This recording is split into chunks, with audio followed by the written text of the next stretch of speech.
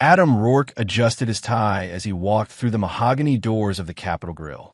The restaurant buzzed with the quiet conversations of Denver's elite, crystal glasses clinking against fine china. He spotted them immediately at the corner table: Kendra, her brother Nico, and her father Marshall. The table was set for 4, but the empty chair felt like a trap. Kendra wore her black Armani dress, the one she saved for important occasions. Her blonde hair was pulled back in a perfect chignon, not a strand out of place. She didn't look up when he approached. "Sorry I'm late," Adam said, pulling out his chair. Traffic was murder on I-25. Marshall Alcott looked exactly like what he was: old money wrapped in a $3,000 suit. His silver hair was combed back, and his blue eyes held the cold calculation of a man who'd built his law firm by destroying others. "Punctuality has never been your strong suit, Adam." "Dad." Kendra's voice carried a warning edge. Nico fidgeted with his napkin, avoiding eye contact. At 33, he still carried himself like the spoiled fraternity brother he'd once been, though the designer clothes couldn't hide the stress lines around his eyes. His restaurant chain had been hemorrhaging money for months. Adam settled into his seat, studying the faces around him. Something was wrong. The tension was thick enough to cut with a knife. "So," Adam reached for his water glass. "What's this about? When you called, you said we needed to discuss our marriage." Kendra's hand trembled slightly as she reached for her wine. She took a long sip, then set the glass down with deliberate precision. "Adam, I've been thinking about us, about where we're going." "And?" Marshall leaned forward, his lawyer instincts taking over. "Adam, let's cut to the chase. This marriage isn't working." "Marshall," Adam's voice remained steady. "Last I checked, you weren't part of my marriage. I am when my daughter's happiness is at stake." Kendra finally looked at him, her green eyes hard as emeralds. "Adam, I want a divorce." The words hung in the air like smoke. Around them, other diners continued their conversations, oblivious to the bomb that had just exploded at table 12. That Adam didn't flinch. He'd suspected this was coming for months. The late nights at her yoga classes, the way she'd stopped asking about his work, the distance that had grown between them like a canyon. "I see." He folded his hands on the table. "And this required an audience?" "We're not an audience." Marshall's voice carried the authority of a man used to winning. "We're family. Family doesn't ambush family." Nico finally spoke up, his voice cracking slightly. "Look, man, it's nothing personal. It's just business." "Business?" Adam's eyebrows rose. "My marriage is business?" Marshall slid a thick manila envelope across the table. "These are divorce papers. We've already filed. Irreconcilable differences." Adam didn't touch the envelope. "Generous of you to file for my wife. She needed representation," Marshall said. "And I'm the best in Colorado." "At what?" "Destroying families." Kendra's facade cracked for just a moment. "Adam, please don't make this harder than it has to be." "Harder?" Adam laughed, a sound devoid of humor. "Kendra, 3 weeks ago you were talking about taking a vacation to Tuscany. Last week you were planning our anniversary dinner. Now you want a divorce. And I'm making it hard." "People change," she said, her voice barely above a whisper. "Yes, they do." The waiter approached, tablet in hand. "Are we ready to order?" "Actually," Marshall waved him away. "We won't be staying long." Adam's phone buzzed against his leg. He glanced at the screen. Junie, his assistant. He told her not to call unless it was urgent. "Excuse me," he said, answering the call. "This better be important." Junie's voice was breathless with excitement. "Sir, you need to sit down. The numbers just came in from the market close." "I'm sitting. Your stock just hit 100 million. The IPO exceeded every projection." "You did it, Adam. You're worth $100 million. The phone felt heavy in his hand. Around the table, 3 pairs of eyes watched him, trying to read his expression. "Are you certain? The board is calling it the most successful tech IPO in Colorado history." "Sir, you're officially a centimillionaire." Adam ended the call and slipped the phone back into his pocket. The silence at the table was deafening. Marshall leaned forward. "Good news, I hope." Adam stood slowly, straightening his jacket. His movements were deliberate, controlled. "You know what, Marshall? You just made the worst mistake of your life." He turned to Kendra, who had gone pale. All three of you just made the worst mistake of your lives." Without another word, he walked away, leaving the divorce papers untouched on the table. 2 hours later, Adam's downtown office. Adam sat behind his desk, staring out at the Denver skyline. The city lights twinkled like stars, and somewhere out there, Kendra was probably celebrating her freedom. She had no idea what she'd just walked away from. His mind drifted back to how it all began. He'd grown up in Coeur d'Alene, Idaho, in a 2-bedroom trailer that leaked when it rained. His mother, Carol, worked 3 jobs to keep food on the table after his father left when Adam was 12. She cleaned offices at night, worked the morning shift at a diner, and spent afternoons stocking shelves at Walmart. "Education is your way out," she'd tell him while darning holes in his school clothes. "You're smart, baby. Smarter than any of them." She was right. Adam taught himself to code on a second-hand laptop he'd bought with money from mowing lawns. By 17, he was building websites for local businesses. By 20, he'd earned a scholarship to the University of Colorado's MBA program. That's where he met Kendra. She was everything he wasn't: wealthy, confident, connected. Her father owned half of downtown Denver, and her trust fund could have bought Adam's entire neighborhood back home. But she was also brilliant, driven, and when she smiled at him across the lecture hall during their first economics class, his world shifted. "You're different," she told him after their first study session. "Most guys just want to talk about my father's money or my connections.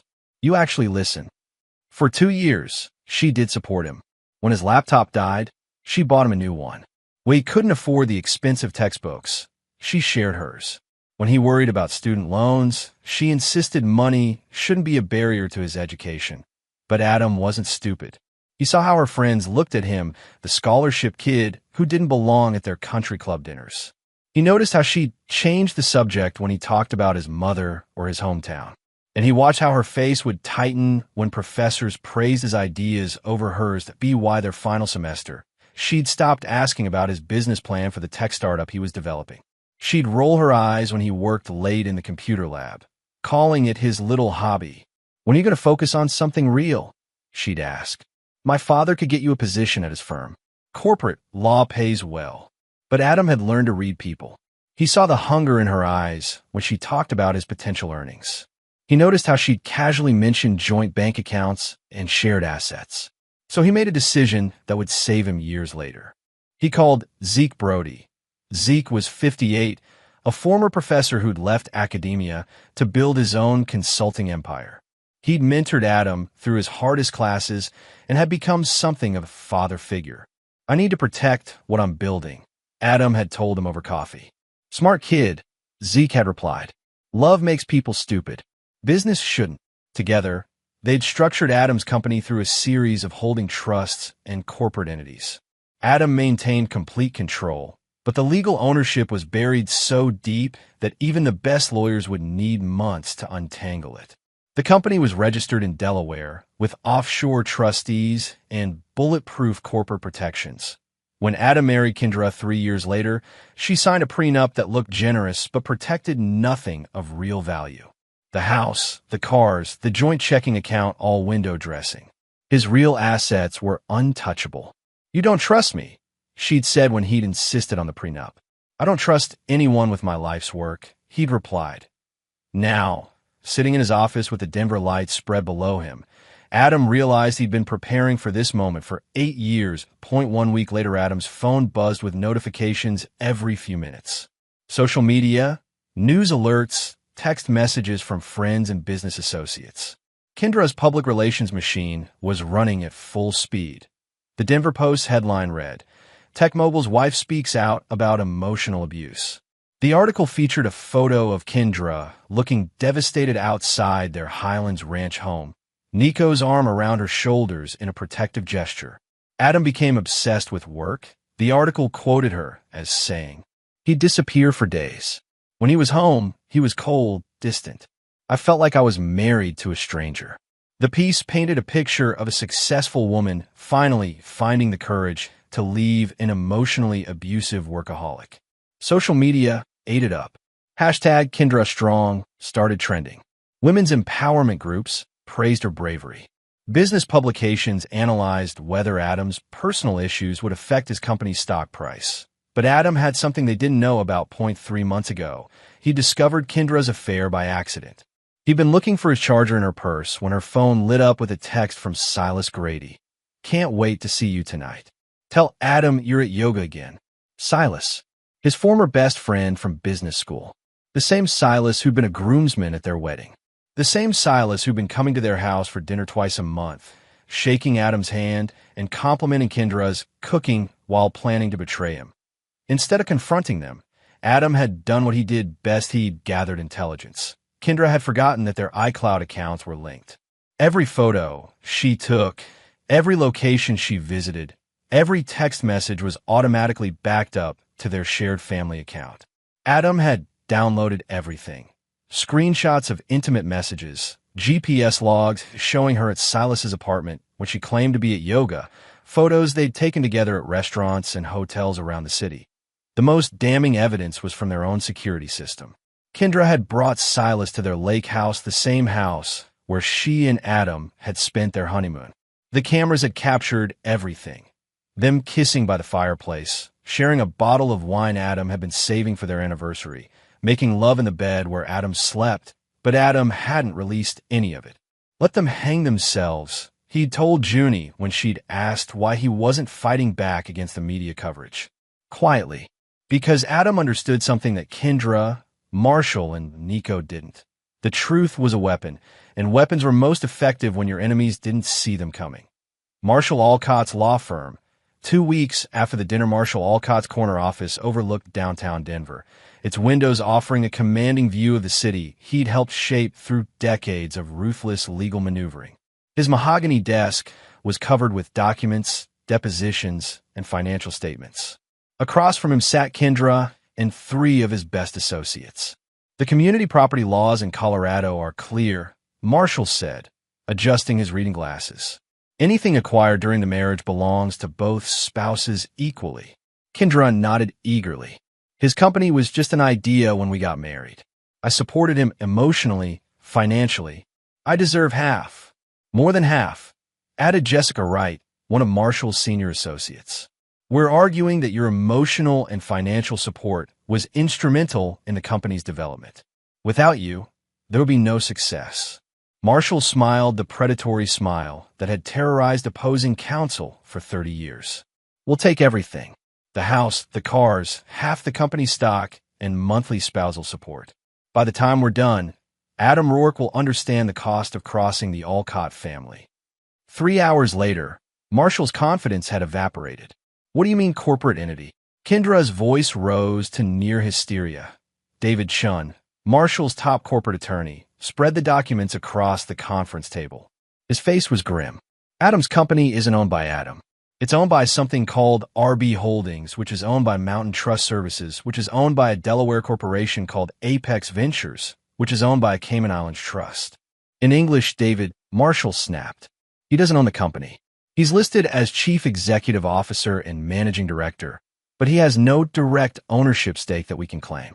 Kendra stared at the papers as if they were written in a foreign language. "That's impossible. He built it. It's his. Legally, it's not," David continued. "The corporate structure is bulletproof. It would take months just to identify all the entities involved. And even then, we need to prove these aren't legitimate business structures." Marshall's jaw tightened. "What about the house? The cars? All owned by the trust as well. Even their checking account is funded by consulting fees paid to Adam from the trust. He owns almost nothing in his personal name." "This is fraud," Kendra said. "He's hiding assets." David shook his head. "It's brilliant legal planning. Everything was set up before your marriage. He never hid it, he just structured it properly." Marshall leaned back in his chair, his mind racing. 40 years of practicing law, and he'd never seen corporate protection this thorough from someone so young. "There's something else," David said quietly. "The Colorado infidelity statute. What about it? If we can prove adultery, it nullifies spousal support claims. And in Colorado, if the wrong party can demonstrate emotional distress and financial damage due to the infidelity." Marshall's face went white. "They could sue us. More than that, they could take everything. Kendra's hands shook as she reached for her purse. I need some air. Nico's restaurant, Cherry Creek. 1 week later, Nico Alcott poured himself his third whiskey of the afternoon. His flagship restaurant, Primo Italiano, was empty except for a few lunch stragglers and his increasingly concerned staff. The lunch rush that used to pack the place had dwindled to a trickle over the past 6 months. His phone buzzed with another text from his creditors. The restaurant group he'd expanded too quickly was bleeding money.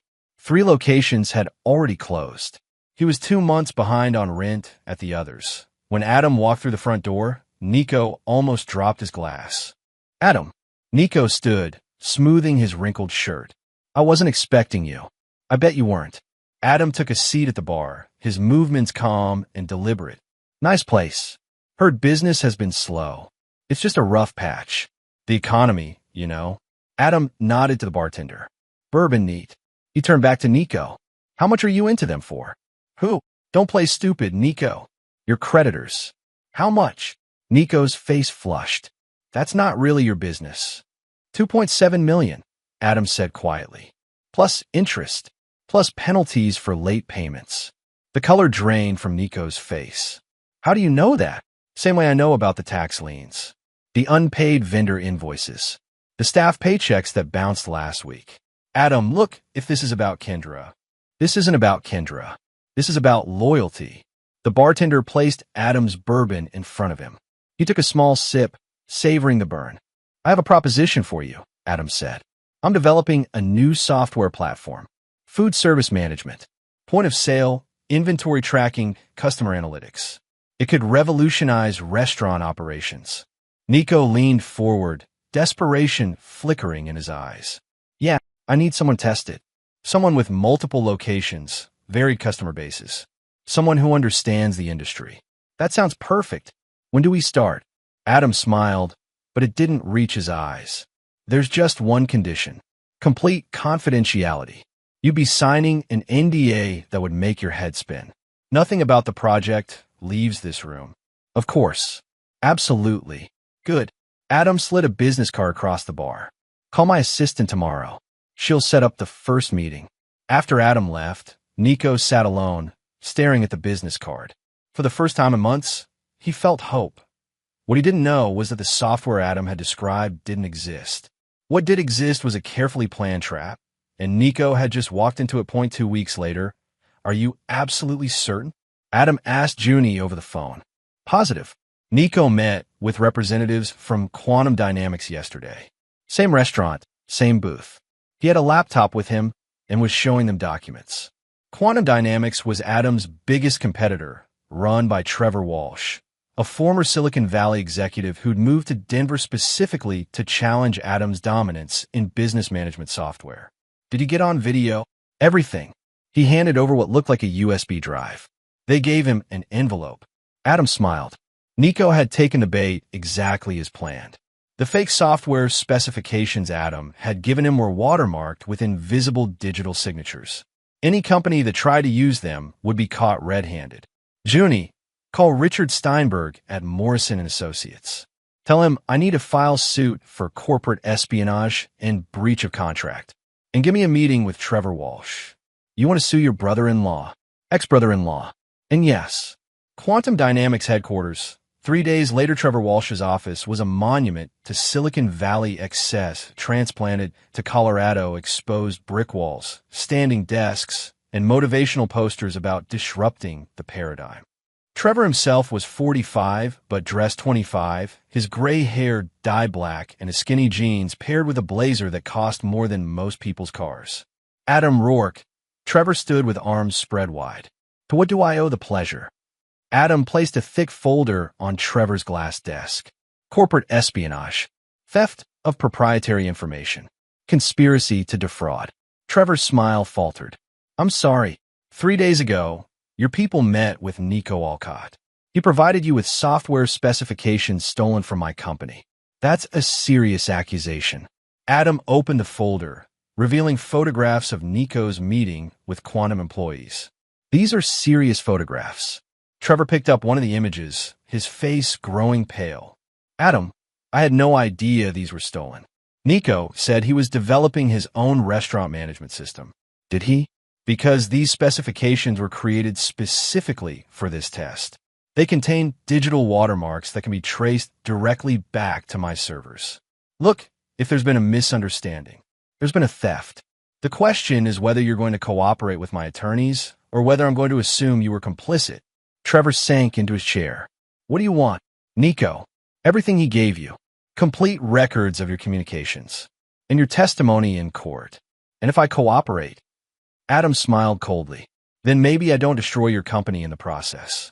1 month later, Denver County Courthouse Nico stood outside the courthouse, his lawyer whispering urgently in his ear. The civil suit had moved faster than anyone expected. Adam's legal team had presented overwhelming evidence of corporate espionage, and Quantum Dynamics had cooperated fully to avoid their own prosecution. Mr. Alcott, the reporter from Denver Business Journal, thrust a microphone toward him. Do you have any comment on the judge's ruling? Nico looked defeated. The court had awarded Adam $2 million in damages plus legal fees. Nico's assets would be seized to satisfy the judgment. His remaining restaurants would be shuttered. His house would go into foreclosure. No comment, he mumbled, pushing past the cameras, but Adam was waiting by his car. Nico, what do you want, Adam? You won. You destroyed me. You destroyed yourself. I just provided the rope. Nico's face crumbled. My kids, Adam. My family. We're going to lose everything. You should have thought about that before you betrayed me. I was desperate. The creditors were calling 10 times a day. I thought if I could just... You thought you could sell me out and get rich. You were wrong. Adam walked away, leaving Nico standing alone in the courthouse parking lot at Adam's office. Late evening, Junie knocked on Adam's door, carrying a tablet and a knowing smile. The package you requested is ready. Adam looked up from his computer. For weeks, the media had painted Kendra as a wronged woman finding her strength. She'd appeared on morning shows, given interviews to women's magazines, and was scheduled to speak at a domestic violence awareness event next week. Show me. Junie handed him the tablet. On the screen was a security camera feed from their lake house, dated 6 weeks before Kendra had filed for divorce. The timestamp showed 3:47 p.m. on a Tuesday, the same Tuesday she told Adam she was going to yoga retreat in Boulder. The video was crystal clear. Kendra and Silas sat by the stone fireplace, sharing a bottle of Dom Perignon that Adam had been saving for their wedding anniversary. They were kissing, her hands tangled in his hair, their bodies pressed together with unmistakable intimacy. How long is it?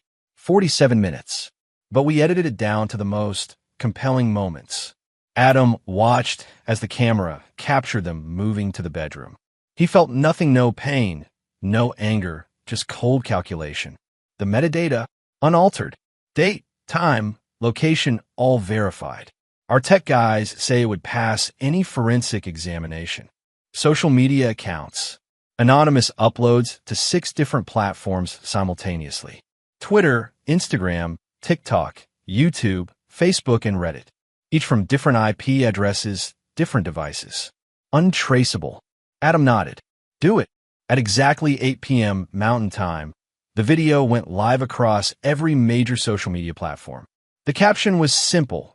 While claiming yoga retreat, prominent divorce advocate Kendra Alcott was actually at her husband's lake house with another man. Make your own judgment. Within an hour, hashtag Kendra Exposed was trending nationally. The next morning, Kendra's phone had been ringing nonstop since 6 a.m. Reporters, friends, business associates, her publicist, everyone wanted a statement. She sat in her Cherry Hills mansion, still in her pajamas, watching her life implode in real time. Her Instagram followers had dropped from 850,000 to 200,000 overnight. The comment section was a wasteland of angry accusations and judgmental memes. Her inbox was flooded with cancellation notices. Kendra, her publicist, Amanda Torres, paced the living room like a caged animal. We need to get ahead of this. Issue a statement, claim the video was doctored, something. It wasn't doctored, Kendra said quietly. Amanda stopped pacing. What? The video is real. That's Silas. That's the lake house. Jesus Christ, Kendra. Do you understand what you've done? Kendra's phone buzzed with a text from her agent at Pinnacle Speakers Bureau. All speaking engagements canceled effective immediately. Contract terminated. Another buzz. Her publisher, due to recent developments, we're postponing publication of your memoir indefinitely. Another. The Domestic Violence Organization. We're withdrawing your invitation to speak at our gala.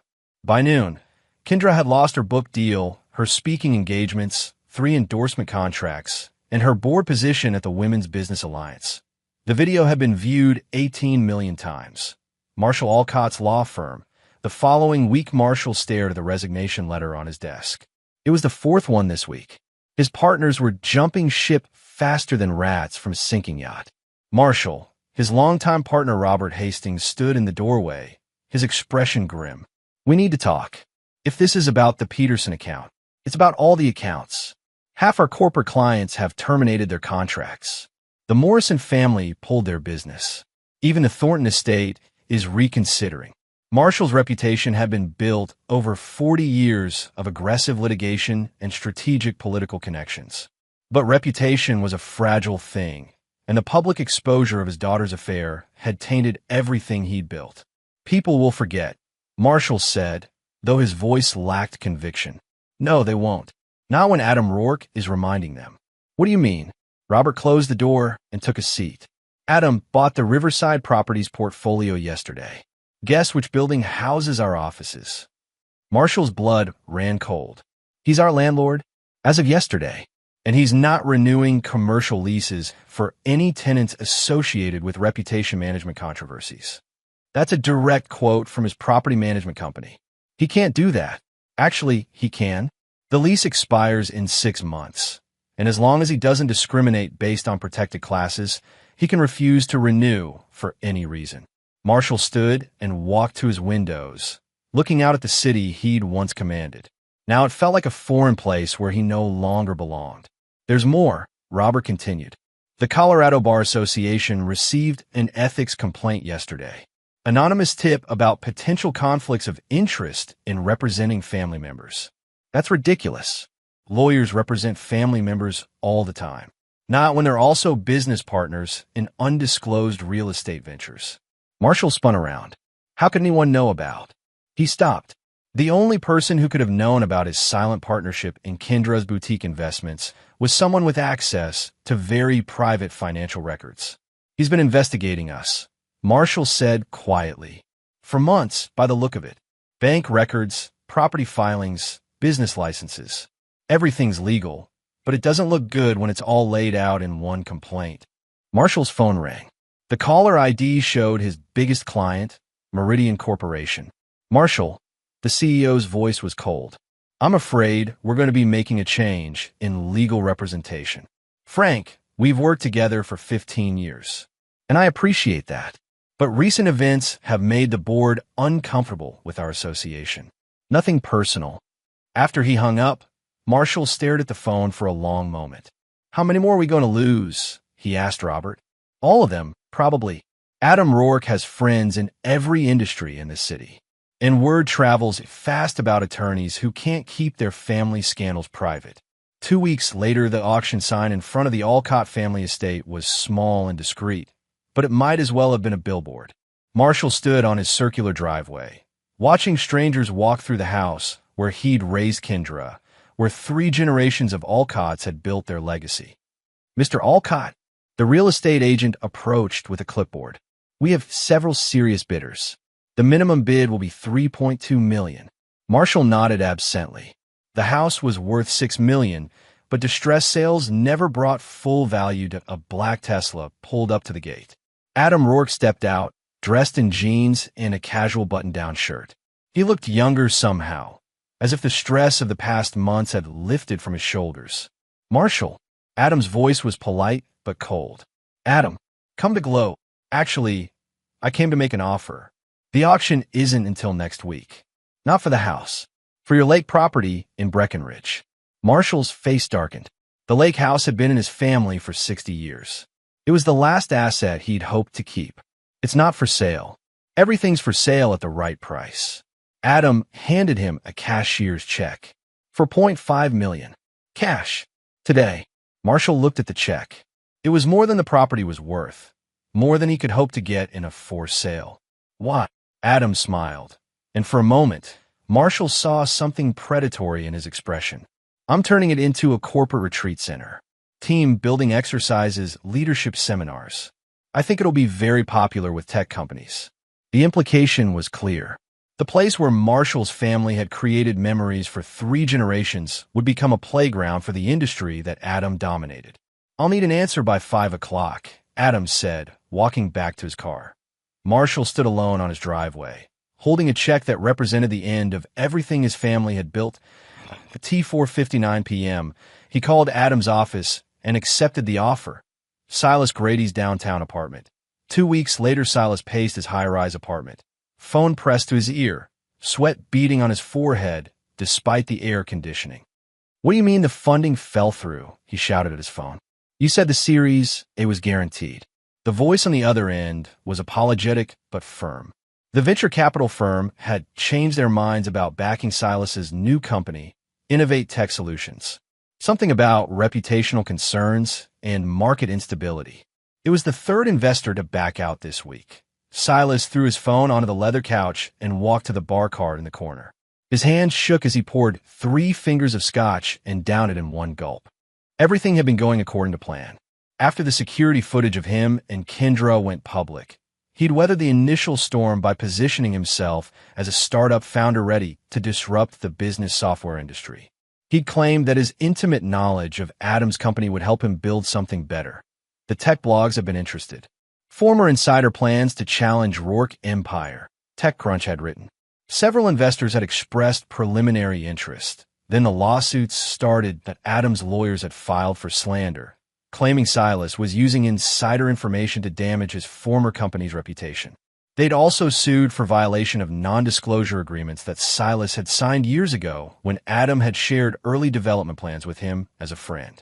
It's a nuisance suit, Silas's lawyer had assured him. They can't prove you violated any NDAs or shared proprietary information. But legal expenses were mounting. His business partner had jumped ship after the first depositions. 2 potential co-founders had backed out, citing too much legal uncertainty. And now the investors were running scared that Silas's doorbell rang. He looked through the peephole and saw a process server holding an envelope. Silas Grady. Yeah, you've been served.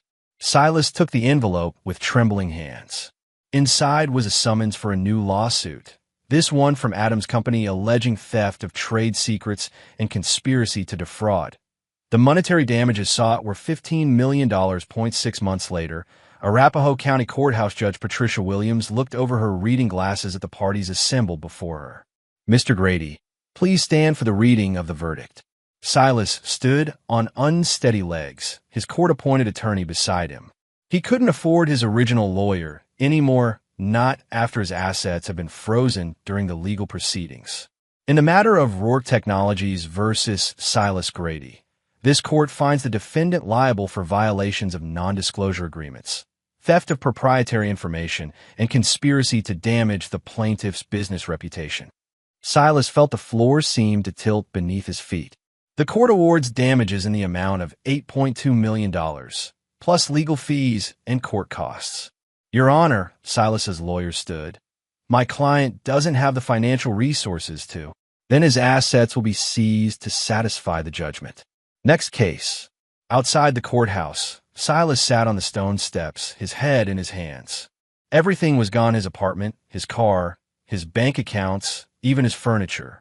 The court had taken it all. A pair of expensive shoes appeared in his field of vision.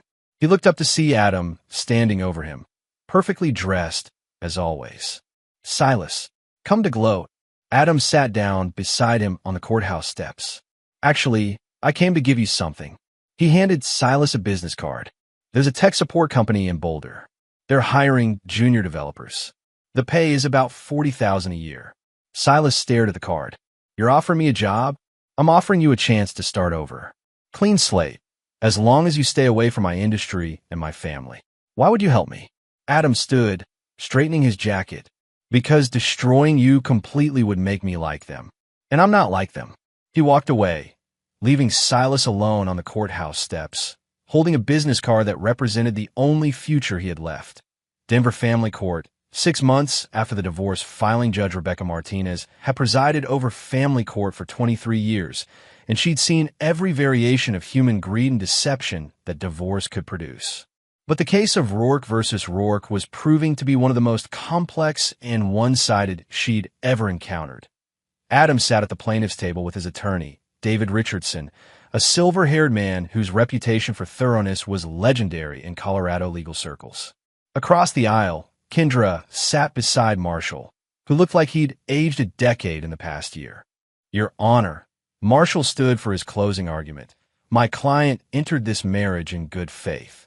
She supported her husband emotionally and financially during the critical early years of his business development." "Mr. Alcott," Judge Martinez interrupted, "I've reviewed the financial records. Your client's financial support consisted of approximately $12,000 in miscellaneous expenses over 2 years. Mr. Rourke, meanwhile, was earning income from freelance programming throughout their relationship." Marshall's face flushed. "Nevertheless, Your Honor, the emotional support that included conducting an extramarital affair for 6 months before filing for divorce." The courtroom was silent except for the soft clicking of the court reporter's machine. "Your Honor," Marshall tried again, "the infidelity allegations are documented with video evidence, text messages, and GPS location data spanning several months." Judge Martinez removed her glasses and fixed Marshall with a stare that had intimidated attorneys for 2 decades. "Mr. Alcott, in my 23 years on this bench, I have rarely seen a case with such overwhelming evidence of marital misconduct." She turned to her notes, reading directly from Colorado statute. Under Colorado law, when adultery can be proven with clear and convincing evidence, it directly impacts spousal maintenance determinations. Furthermore, when said adultery is accompanied by attempts to defraud the wronged spouse of marital assets. Kendra gripped the edge of the table, her knuckles white. "Mrs. Rourke," the judge continued, "the court has reviewed your attempts to claim ownership of business assets that were legally protected prior to your marriage. The evidence shows you were aware of these protections, as you signed documents acknowledging the corporate structure during your prenuptial negotiations. Your Honor, my client was not adequately represented during those negotiations," Marshall protested. "Your client was represented by your law firm, Mr. Alcott. Are you claiming your own firm provided inadequate counsel?" Marshall sat down heavily. Judge Martinez looked directly at Kendra. "Mrs. Rourke, please stand." Kendra rose on shaking legs, her face pale beneath carefully applied makeup. "This court finds your claims for spousal maintenance to be without merit. Your conduct during this marriage, specifically your adultery and attempts to fraudulently claim business assets, disqualifies you from any financial support." Kendra's breath came in short gasps. "Furthermore, this court finds that your public statements about Mr. Rourke constitute defamation, as they were made with knowledge of their falsity and with intent to damage his reputation." Judge Martinez turned to Adam. "Mr. Rourke, the court awards you a dissolution of marriage with no financial obligations to the respondent. Additionally, you are awarded custody of the marital pet, the dog named Remy, and damages in the amount of $250,000 for defamation and legal fees." The gavel came down with a sharp crack that echoed through the courtroom. Outside the courthouse, reporters swarmed both parties. Adam walked past them without comment, but one called out, "Mr. Rourke, do you have anything to say to your ex-wife?" Adam stopped and turned back toward the courthouse steps, where Kendra stood surrounded by cameras, tears streaming down her face. "No," he said simply. "I don't." 6 months after the divorce. The alarm clock's shrill ring jolted Kendra awake at 6:30 a.m. She rolled over in the narrow bed of her studio apartment in Wheat Ridge, squinting at the water stain on the ceiling that had been growing larger each week. The apartment was a far cry from the 5,000-square-foot house in Highlands Ranch she'd called home for 8 years. Her phone showed 17 missed calls from creditors. The defamation judgment had wiped out what little money she'd managed to hide during the divorce proceedings. Her credit was destroyed. Even this apartment had required 3 months rent up front and a co-signer, her mother, who'd flown in from Phoenix to help her daughter navigate bankruptcy. Kendra pulled on the black slacks and white blouse that constituted her uniform at Bella Boutique, the high-end women's clothing store where she now worked as an assistant manager. The irony wasn't lost on her. She'd shopped at Bella for years, spending thousands of dollars on clothes she'd worn to charity galas and business dinners. Now she folded those same clothes for customers who looked right through her. The commute to Cherry Creek took 45 minutes on the bus. She'd lost her BMW in the asset seizure, and the used Honda Civic she bought with her last $1,000 had broken down 3 weeks ago. The repair estimate was more than the car was worth. T. Bella, her manager, Patricia, was already reviewing inventory when Kendra arrived. "You're late," Patricia said without looking up. Patricia was 28, fresh out of college with a retail management degree, and she supervised Kendra with the barely concealed disdain of someone who'd recognized her from the news coverage. "The bus was delayed," Kendra said, grabbing her name tag from behind the counter. "The Henderson party is coming in at 10 for their personal shopping appointment. Make sure the private fitting room is ready." Kendra nodded and headed to the back room. As she arranged champagne flutes and hung designer dresses, she remembered when she'd been the client in these sessions, when shop girls had fawned over her while she spent $5,000 on a single outfit. At T10:15, Mrs. Henderson arrived with her daughter and 2 friends. Kendra recognized her immediately. They'd served on the Children's Hospital board together for 3 years. "Kendra," Mrs. Henderson's voice was uncertain. Kendra all caught. "It's Kendra O'Rourke now," she said quietly. "How can I help you today?" The women exchanged glances. The daughter whispered something to her mother, and Mrs. Henderson's expression shifted from recognition to pity. "We're just browsing today," Mrs. Henderson said, though they'd booked a 2-hour personal shopping session. They left after 10 minutes, whispering among themselves as they walked out.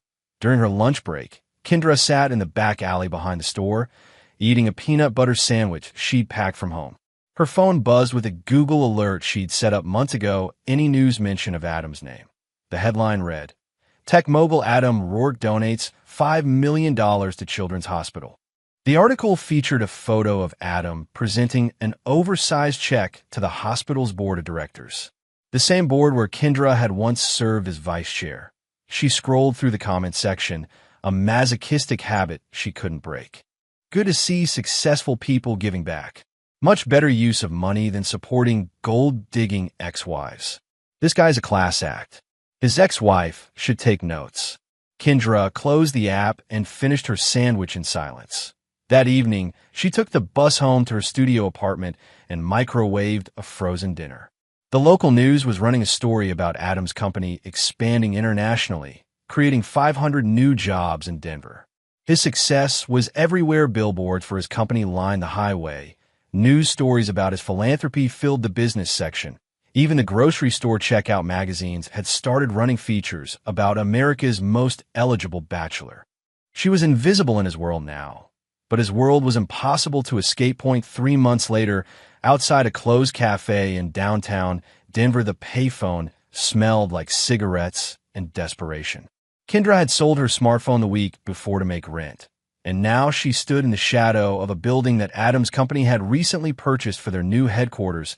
She'd been walking past the construction site when she saw him through the windows of the floor where his office would be, reviewing blueprints with architects. He looked exactly the same, focused, controlled, successful. Everything she'd lost, the payphone took quarters. She'd found $4 in her purse, enough for a local call. She dialed his direct office number, the one she'd memorized during their marriage. Adam Rourke's office. Junie's voice was crisp and professional. "This is Kendra. I need to speak with him." A pause. "Ms. Rourke, Mr. Rourke is in a meeting. Please, just for a minute." Another pause, then hold music. Kendra watched her reflection in the phone booth's cracked glass. Her hair was growing out from its expensive cut, roots showing. Her makeup was drugstore quality, applied with shaking hands in the employee bathroom at Bella. "Kendra." Adam's voice was neutral, giving nothing away. "Adam." She closed her eyes, gathering courage. "Thank you for taking my call. What do you want?" She'd rehearsed this conversation 100 times, but now the words wouldn't come. "I wanted to apologize. For everything.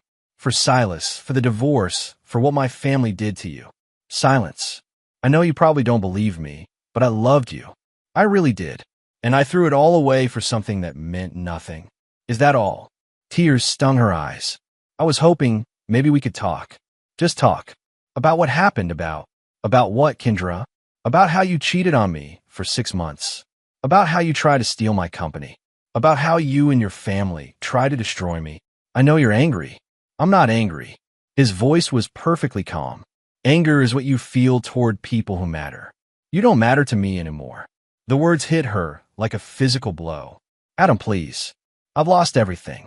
My home, my job, my reputation. I have nothing left. You have exactly what you chose. I made mistakes. You made choices. There's a difference. Kendra pressed her forehead against the cold glass of the phone booth. Please, can't we just meet for coffee? 5 minutes. I just want to explain. I left you the day you underestimated me. The line went dead. Kendra stood holding the receiver until the dial tone became unbearable. Then she hung up and walked away, disappearing into the crowd of downtown Denver like she'd never existed at all. 1 year later, Adam's new headquarters. The press conference was held in the atrium of Adam's new headquarters, a gleaming 30-story tower in downtown Denver. 200 reporters, business leaders, and city officials filled the space beneath a ceiling that soared 5 stories above them. Adam stood at the podium, looking out at the crowd. Behind him, a massive screen displayed the logo of the Rourke Foundation and images of the scholarship recipients who would benefit from his latest initiative. When I was 17, Adam began, his voice carrying easily through the space. I applied for every scholarship I could find, not because I was the smartest kid in my class, but because I was the most desperate. My mother worked 3 jobs to keep food on our table, and college seemed like an impossible dream. The audience was silent, hanging on every word. Today, I'm announcing a $50 million scholarship fund for students from low-income families who want to pursue careers in technology and entrepreneurship. The Rourke Foundation will provide not just tuition assistance, but mentorship, internship opportunities, and seed funding for graduate business ventures. Applause filled the atrium. Flash bulbs popped as photographers captured the moment. This fund is specifically designed for students who understand what it means to fight for every opportunity, who know the value of hard work because they've lived it. In the audience, Junie smiled proudly. She'd been promoted to chief operating officer 6 months earlier, and her salary was more than most executives earned at Fortune 500 companies. Adam had kept his promise to reward loyalty. During the question and answer session, a reporter from the Denver Post raised her hand. Mr. Rourke, your company is now valued at over $500 million. You've become one of the most successful entrepreneurs in Colorado history. Do you have any regrets about how things ended with your ex-wife? Adam considered the question for a moment. The room was absolutely silent. Yeah, he said finally. I should have left sooner. Laughter rippled through the crowd. The reporter tried to follow up, but Adam had already moved on to the next question. After the press conference, Adam retreated to his office on the 30th floor.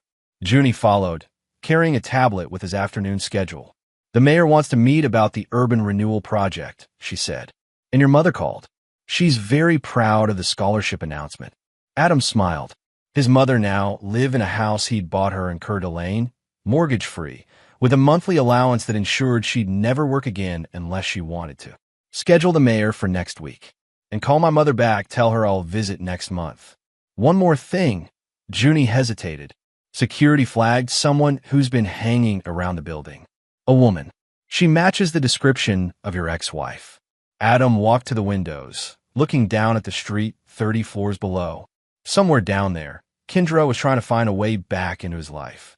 She'd been calling his office every few weeks, showing up at company events, even approaching his employees in restaurants and coffee shops. Increase security, he said without emotion.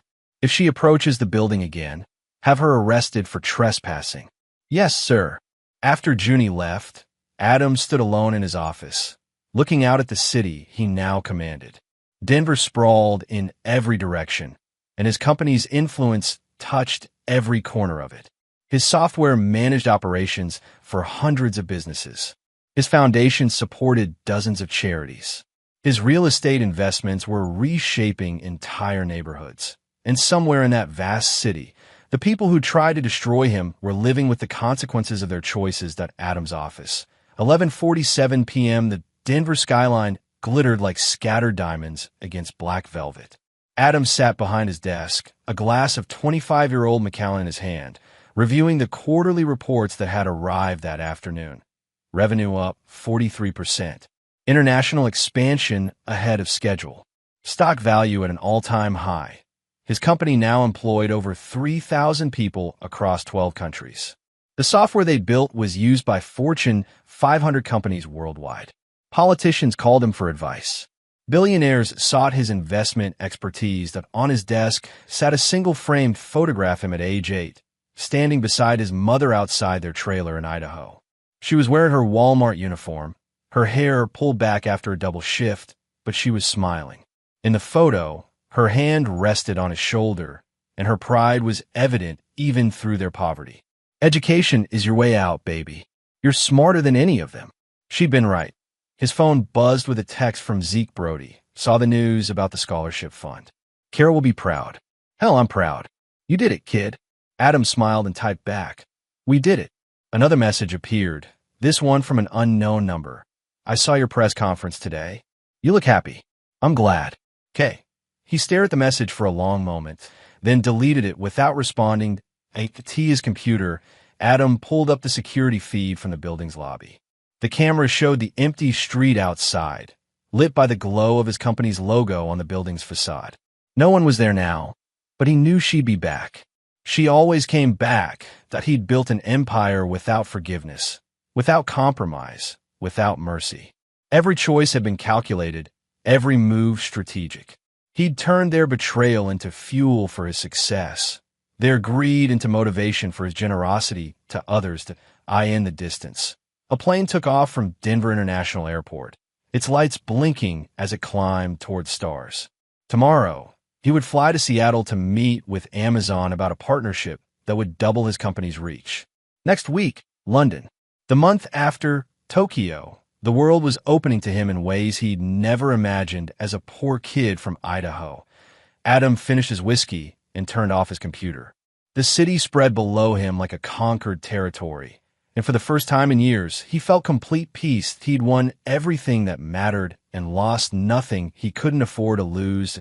In the elevator down to the parking garage, he thought about the path that had brought him here, the betrayal that had revealed his enemy's true nature, the legal battles that had proven his preparation, the slow, methodical destruction of those who'd underestimated him, that they'd taught him that mercy was weakness, that forgiveness was surrender. He'd learned the lesson well. The elevator doors opened, and Adam Rourke walked into the night, leaving behind a building that stood as a monument to the power of never backing down.